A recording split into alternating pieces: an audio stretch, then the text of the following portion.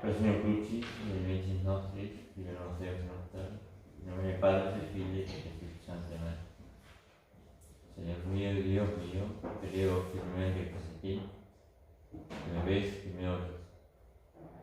Te adoro con profunda reverencia. Pido perdón de mis pecados y gracia para hacer con fruto este rato de oración. Madre mía Inmaculada, San José mi Padre Señor, ángel de mi guarda, intercede por mí.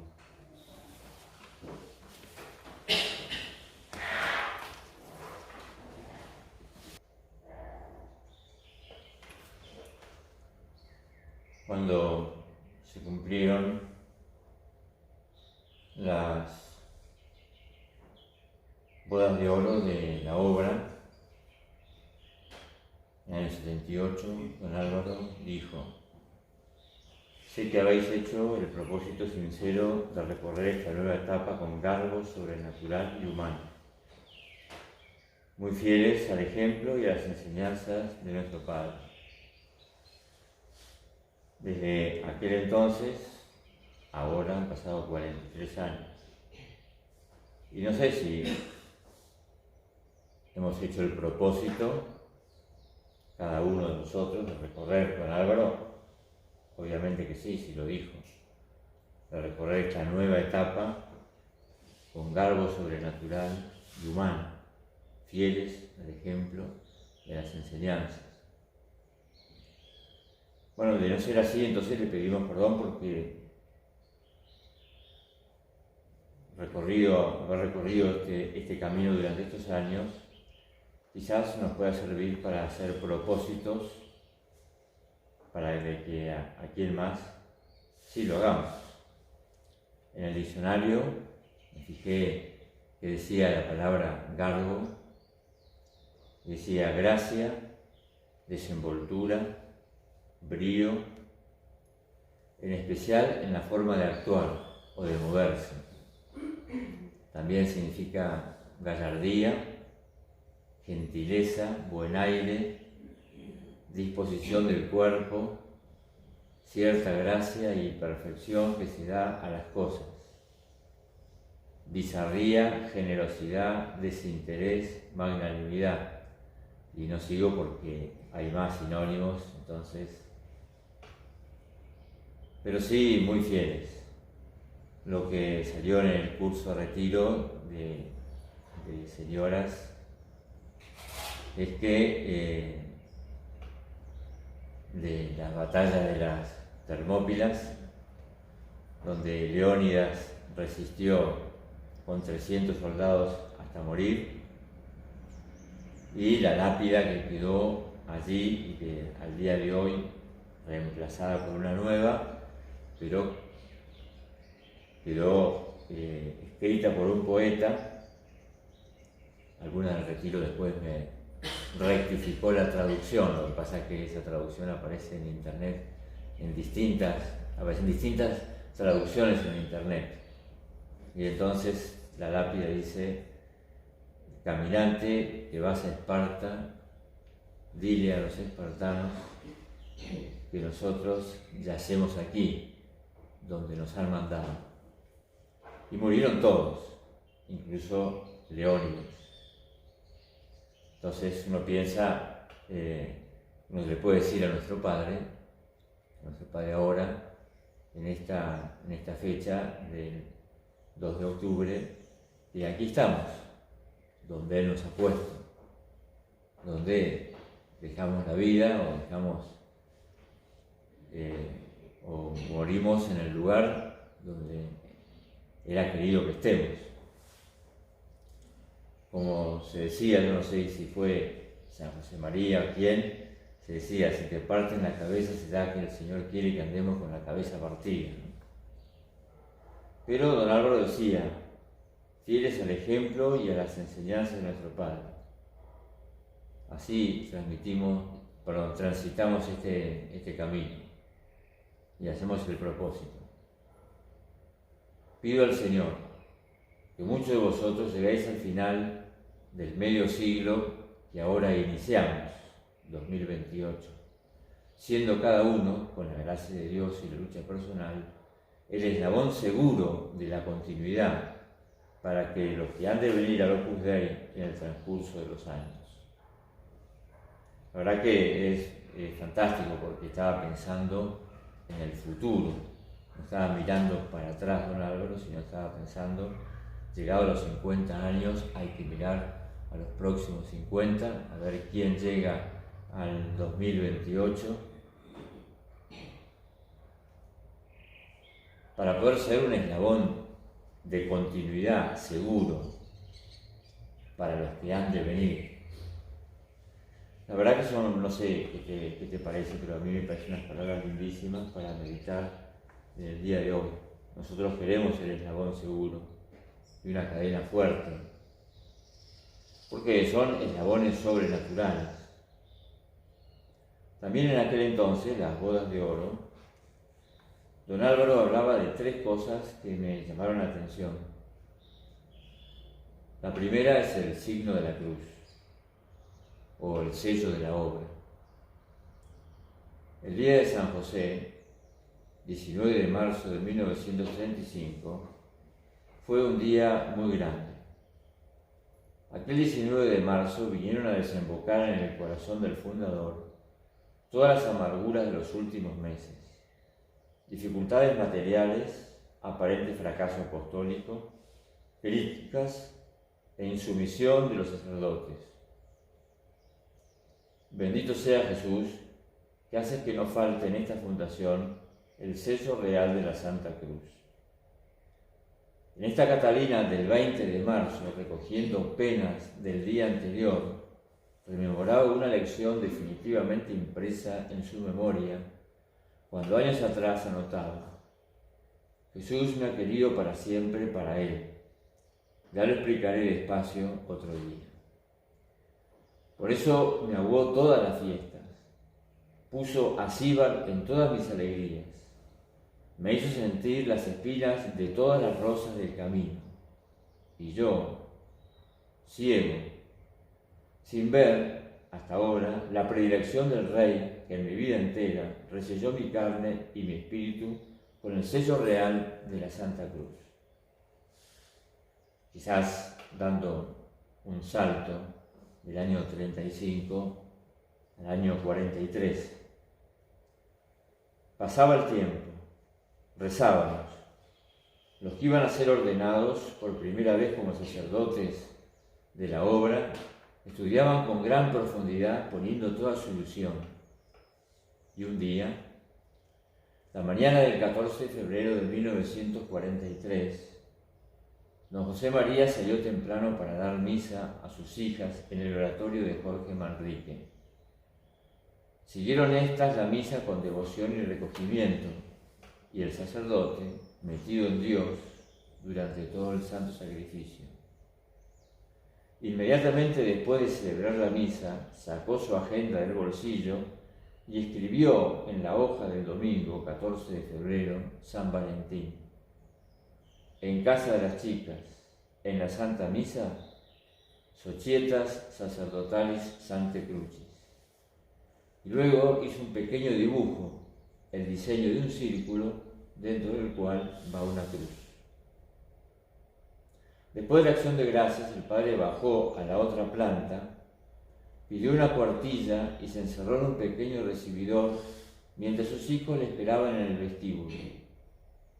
A los pocos minutos, refiere Encarnita, apareció de nuevo en el vestíbulo, visiblemente emocionado.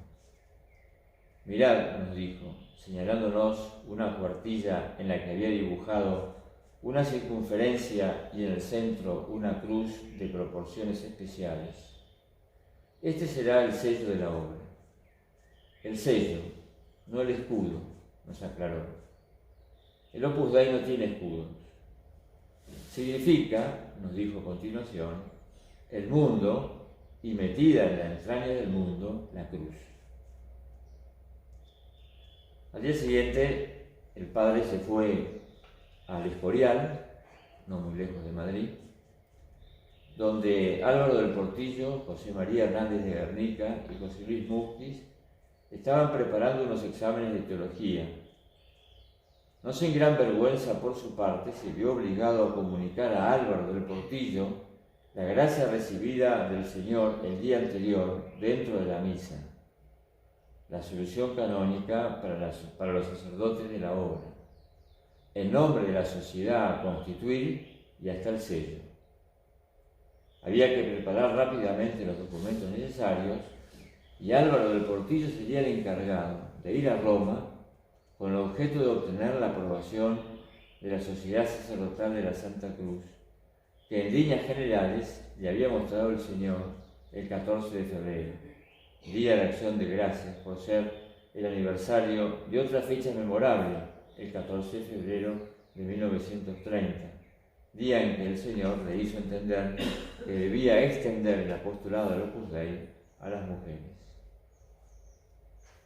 Lo que pasa es que ya lo saben, pero la aprobación de la obra en el año 43, de la obra de la Sociedad Sacerdotal de la Santa Cruz, era una aprobación diocesana, pero requería, esa aprobación, ese trámite, requería mandar los papeles a Roma, a la Santa Sede, para que den el nil obstat, es decir, que no hay inconveniente para la aprobación, y vueltos los papeles de Roma, entonces se aprueba, cosa que ocurrió el 8 de diciembre del 43. Estaban don Leopoldo de Garay y nuestro padre comiendo en el arzobispado, y a propósito le dijo don Leopoldo: tenemos que hacer la aprobación y la admisión de San José María en la Sociedad Sacerdotal de la Santa Cruz, cosa que hicieron ahí en el comedor. Se puso de rodillas nuestro padre y hizo la ceremonia don Leopoldo y fue incorporado.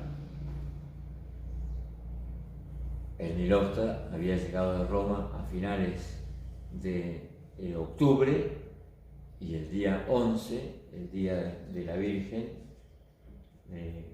Madre de Dios, ese fue el día en que fue aprobado, o sea, dado el nil obstat, para que se pruebe después en España. Bueno, esa era la historia. Por eso iba don Álvaro a Roma, porque tenía que hablar y explicar lo que ellos verían en los papeles, de la Santa Sede, verían en los papeles y darían después el nil obstat. Otro salto, 1984. El Cristo vivo de la ermita de la Santa Cruz. Cuando fue un congreso general de la obra, y hubo un momento donde los congresistas recorrieron el Colegio Romano, los oratorios, y entre ellos la ermita de la Santa Cruz, donde pensaba nuestro padre que fuese esa la iglesia prelaticia. La cosa es que algunos iban acompañando a los congresistas, y entonces lo contó uno del Colegio Romano, que iba acompañando a uno, y delante iba don Carlos Cardona y otro de los congresistas. Iban bastante de cerca, o sea que abrieron ellos la puerta y fueron entrando. Entró don Carlos con el que lo acompañaba y miraron el Cristo vivo. Y este otro, el del Colegio Romano, iba entrando atrás, cierta distancia, 2 pasos, por ahí, y escuchó que le decía el congresista a don Carlos: es así, tal como lo vio nuestro padre. Bueno, hoy por hoy la historia la cuentan como que don Carlos contestó que sí y todo esto. Pero la verdad no fue así, porque el de la obra, el del Colegio Romano que iba atrás, no escuchó, quiso escuchar la respuesta, pero no escuchó. Pero hoy te cuentan la anécdota como diciendo que sí, que efectivamente y no lo supo. Entonces, sí, los detalles así más graciosos los dejamos para otro momento, pero es así. Porque se decía que nuestro padre había visto la cruz sobre el Tíber. Y el Colegio Romano da a la Vía Flaminia, hay una vía de tren y después está la ribera y el Tíber, o sea que se puede ver desde la altura del Colegio Romano el Tíber. En el lugar donde sucedió algo similar. ¿Por qué? Porque era en la zona de Saxa Rubra donde Constantino vio la cruz con el cartel, con este signo vencerás. No sé si estaba vinculado eso con la Universidad de la Santa Cruz. Está.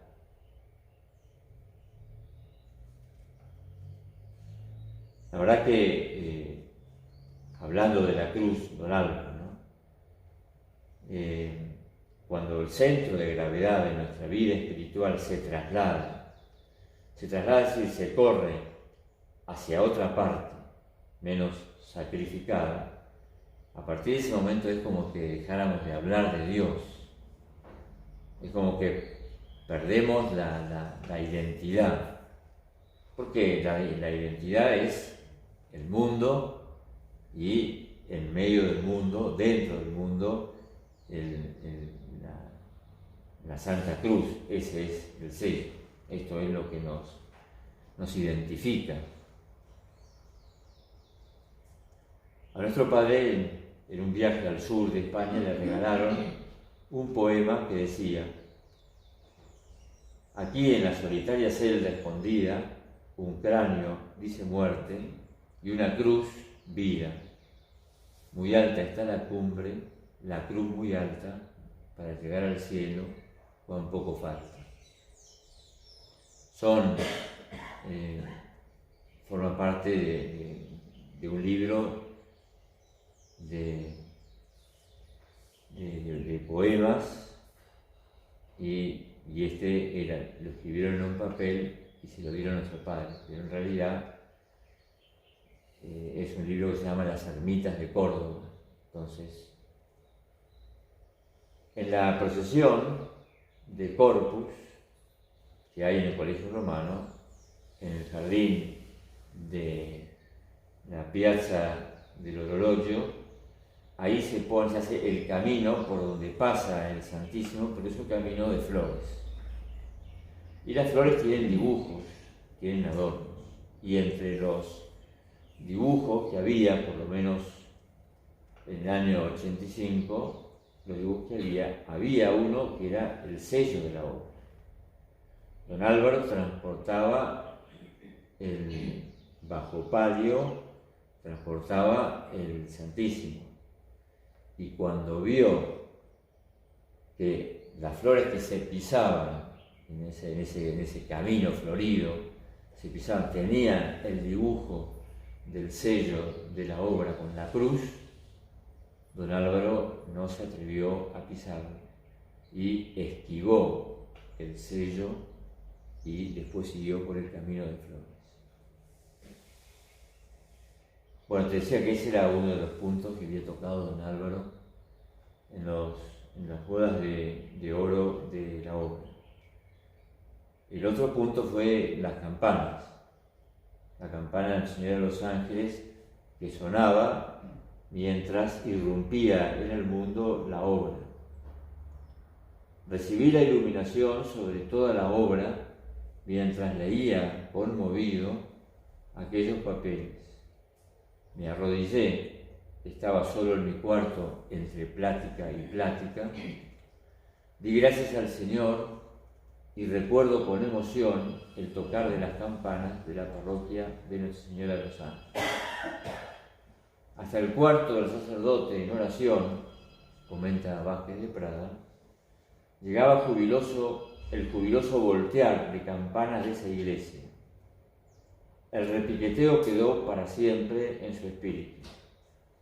Aún resuenan en mis oídos, decía en 1964.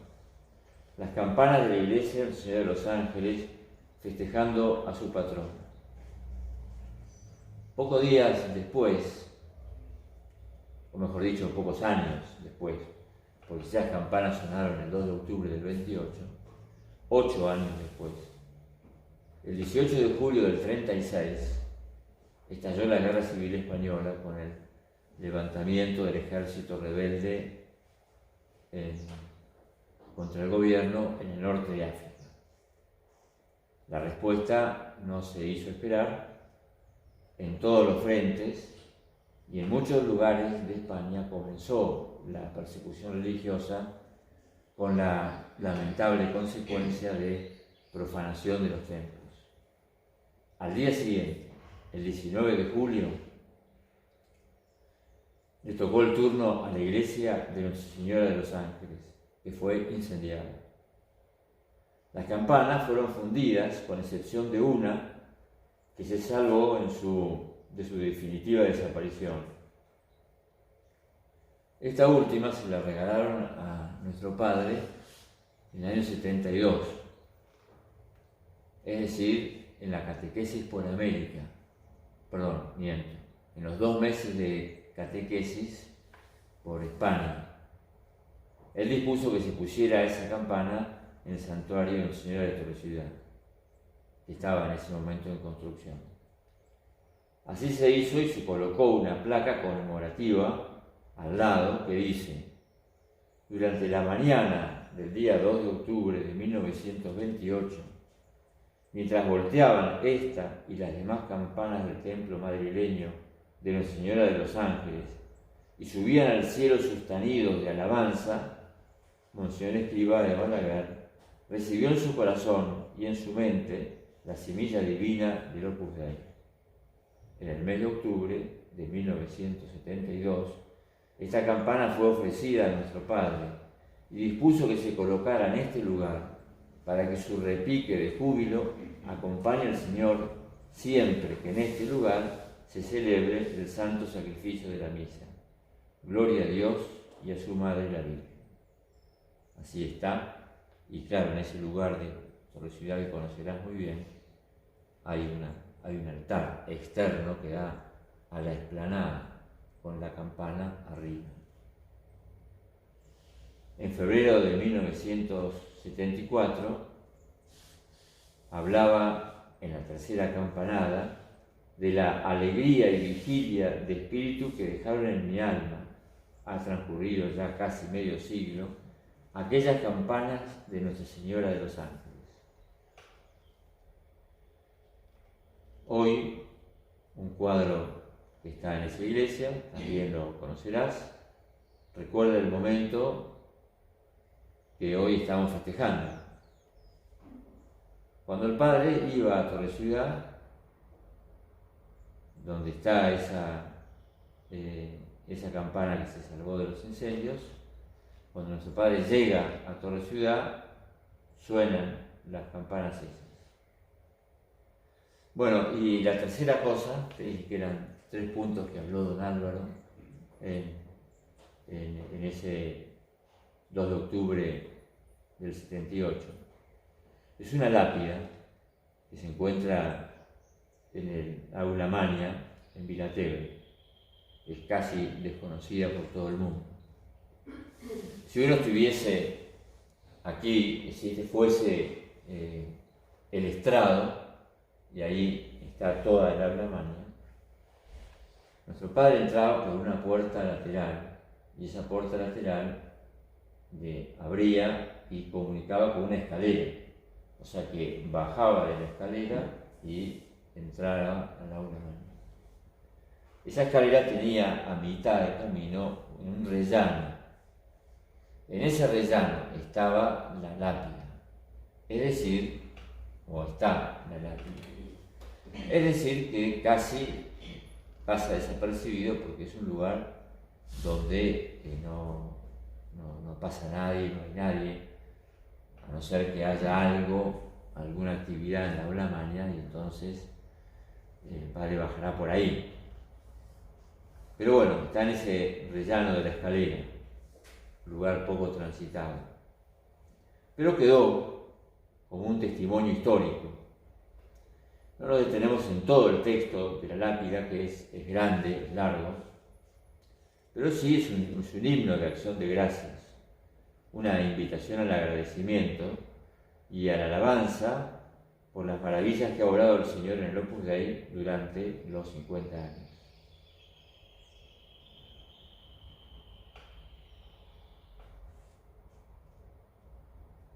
La lápida también lleva a la consideración de la cruz. No es solo por el nombre de la prelatura de la Santa Cruz de Opus Dei. Tampoco es porque nuestro Padre haya visto el 7 de agosto de 1931 y vi triunfar a Cristo en la cruz, sino que es por ser algo esencial en la obra. La Santa Misa es el sacrificio de la cruz. Nuestro Padre entendió que la misa era Opus Dei. La obra de Dios es la misa y la extensión de la misa, como solemos repasar o ver en las clases, en las convivencias. Mirada positiva de la labor.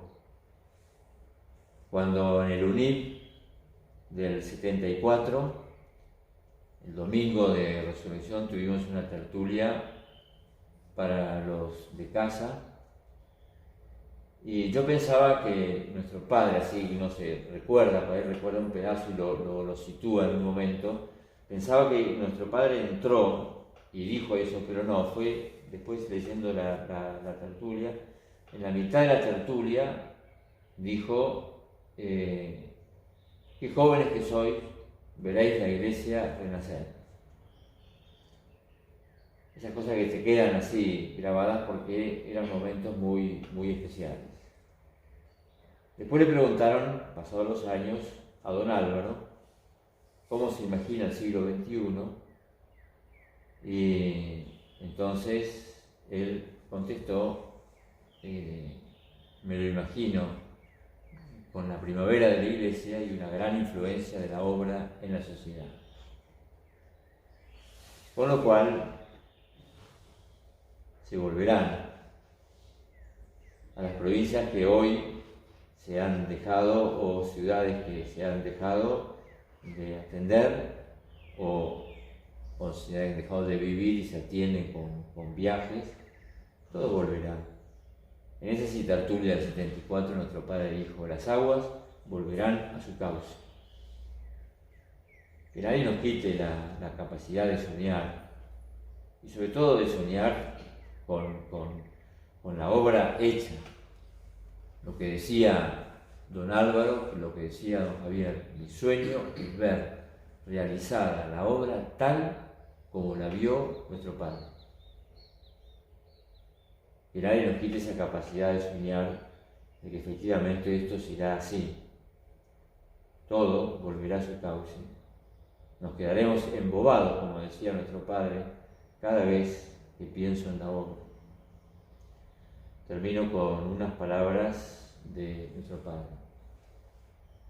Dar gracias a Dios por todas estas bondades suyas, porque ha abierto a todos los hombres y mujeres los caminos divinos de la tierra. De nuestra Madre, por la que llegan a los hombres todas las gracias, canal espléndido y fecundo, nos da con la unidad, la claridad, la caridad y la fortaleza.